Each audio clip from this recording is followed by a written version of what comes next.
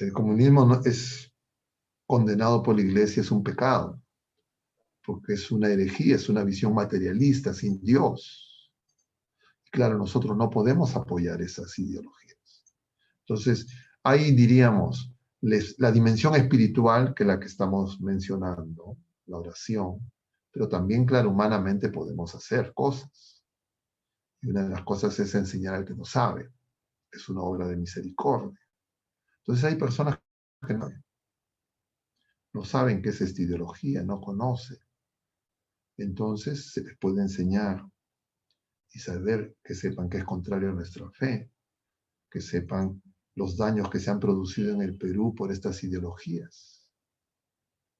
O sea, Sendero Luminoso y el MRTA eran partidos marxistas, leninistas, mariateguistas, maoístas.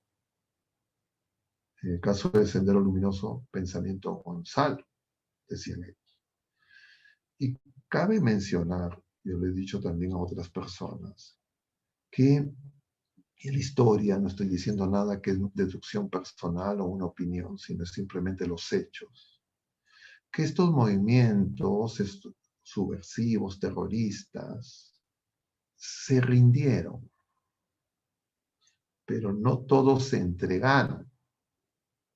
Se rindió la cúpula, pero muchos de los miembros pasaron sin cambiar su ideología a sus actividades, diríamos, antes de esta rebelión contra el Estado peruano.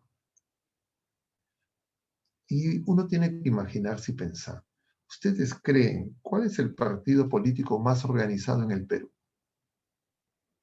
La gente dice no hay partidos políticos. Pero ustedes creen un partido político que se atrevió a declararle la guerra al Estado peruano, a las Fuerzas Armadas y Policiales. Era un grupo, una banda de abigeos, como la que decían en el tiempo de Belaúnde en el primer gobierno. Era un grupo muy organizado en el nivel militar, en el nivel ideológico y de alcance nacional. ¿Qué pasó luego de que la captura de Abimael Guzmán? ¿Que eso desapareció? ¿Se extinguieron? Uno tendría que hacerse la pregunta. Esas personas están vivas. Algunos habrán fallecido. Algunos estuvieron, dirían, purgando penas, han salido. ¿Ustedes creen esas personas por quién van a votar? ¿Quién es su candidato? ¿Creen que ellos tienen dudas? ¿Creen que no están haciendo activismo? ¿Creen que están simplemente sin intervenir? Cada uno de ustedes examine y crea, a ver, use su razón, su inteligencia. Entonces, tenemos que darnos cuenta, por eso les decía que esta no es una elección común y corriente, no es como la elección de PPK y Keiko en el 2016. Esta es una elección distinta, porque en esta elección, personas que tienen esa mentalidad están viendo la oportunidad que, entre comillas, vía democrática, tomen el poder. No solo el gobierno, el poder, para hacer todo lo que no pudieron hacer y deseaban hacerlo por la vía de las armas. No porque yo lo diga, sino porque eso es lo que declaran en su propuesta de plan de gobierno, que está claramente señalada. O sea, yo no estoy haciendo ninguna imputación temeraria. Entonces, claro, ¿qué tiene que hacer un laico? Algo que no puede hacer un clérigo. Ustedes tienen que explicar y enseñar a las personas. ¿Empezando por quién? Por los miembros de su familia, por sus amigos, por sus conocidos. No les aconsejo que se pongan a discutir, a polemizar. ¿Okay? Si las personas quieren escuchar, que escuchen. Pero no entren en esas discusiones. Si es que encuentran una persona que no entiende razones, hagan oración por esa persona. Pasen a otras personas que sí pueden estar abiertas a querer encontrar argumentos y razones. Y claro, si los conocen, si ustedes son personas que tienen ascendencia sobre ellos, si ven en ustedes personas de fe, que buscan el bien, tal vez los escuchen. Claro, si ustedes aparecen como personas que son irresponsables, abusivos, prepotentes, que no buscan el bien, entonces, claro, probablemente no los van a escuchar.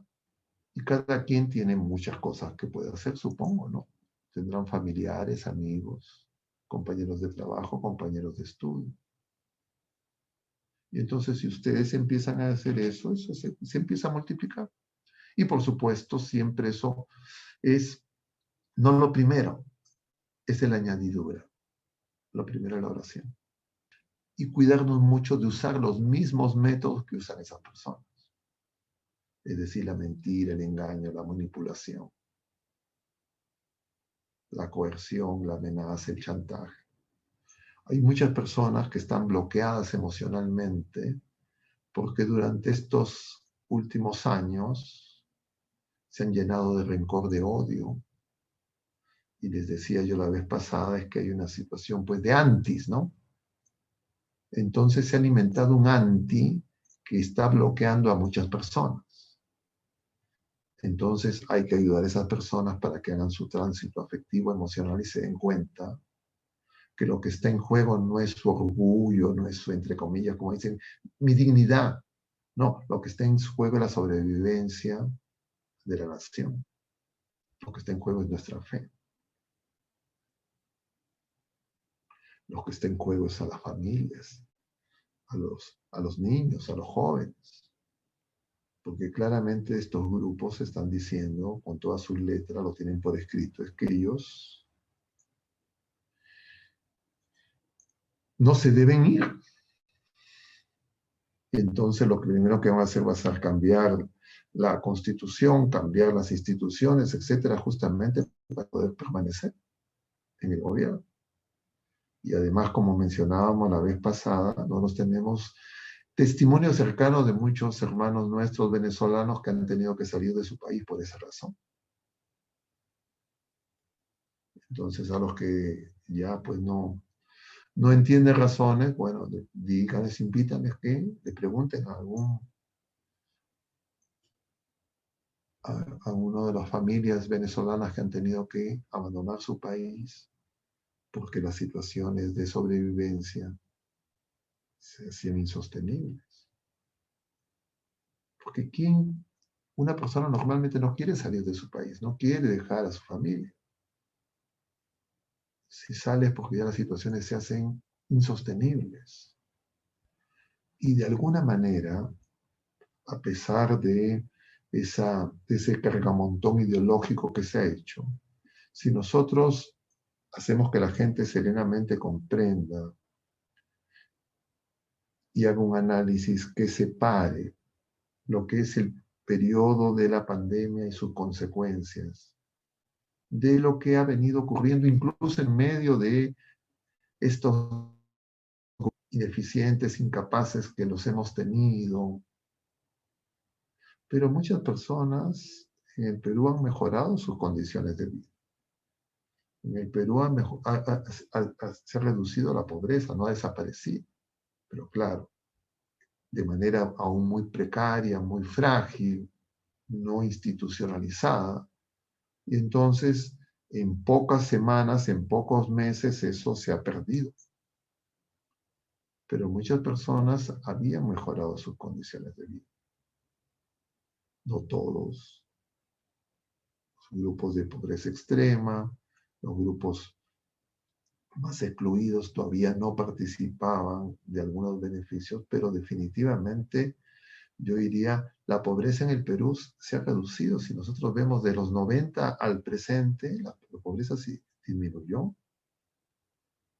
Pero claro, muchas personas en pocas semanas han perdido lo que habían conseguido y claro, eso genera desesperación, desesperanza. Y claro, los mercaderes que trafican con esas necesidades hacen de esas personas fácilmente vulnerables a los engaños. Entonces lo que se necesita ahí es una explicación cercana, un diálogo sereno. Ahora, lo otro es el grupo de los jóvenes, ¿no? Que han sido ideologizados y manipulados con esta idea de los jóvenes, de la generación del bicentenario y todas estas cosas, que en los centros de adoctrinamiento en que se han convertido muchas de nuestras instituciones de educación superior también han sido envenenados. Y entonces, claro, ahí los padres tienen que hacer un trabajo con sus hijos y darse cuenta que en muchos casos han descuidado la educación y el rol de educación en la fe. Pero si es que hacemos oración, las personas van a estar más dispuestas a escuchar. Si nosotros tenemos menos apegos, vamos a poder explicar sin ira, con prudencia, con caridad, y no en esas luchas de insultos, agresiones verbales, que pueden producir división no solo dentro del país, sino también al interior de las familias, entre los amigos, en los centros de trabajo, en una realidad polarizada, que nosotros no debemos de aumentar, porque justamente es la estrategia de esta ideología marxista, agudizar las contradicciones, que todo el mundo esté insultándose unos contra otros. Eso sería la victoria de esa gente. Esa no es la paz del mensajero del Señor. El Señor cuando resucitado atraviesa las paredes, se manifiesta a sus discípulos, lo primero que les dice es la paz a ustedes. El Señor quiere que nosotros seamos instrumento de su paz. No la paz de los cementerios, sino la paz que es consecuencia del amor, de la caridad, del servicio. Y eso nos va a servir de purificación.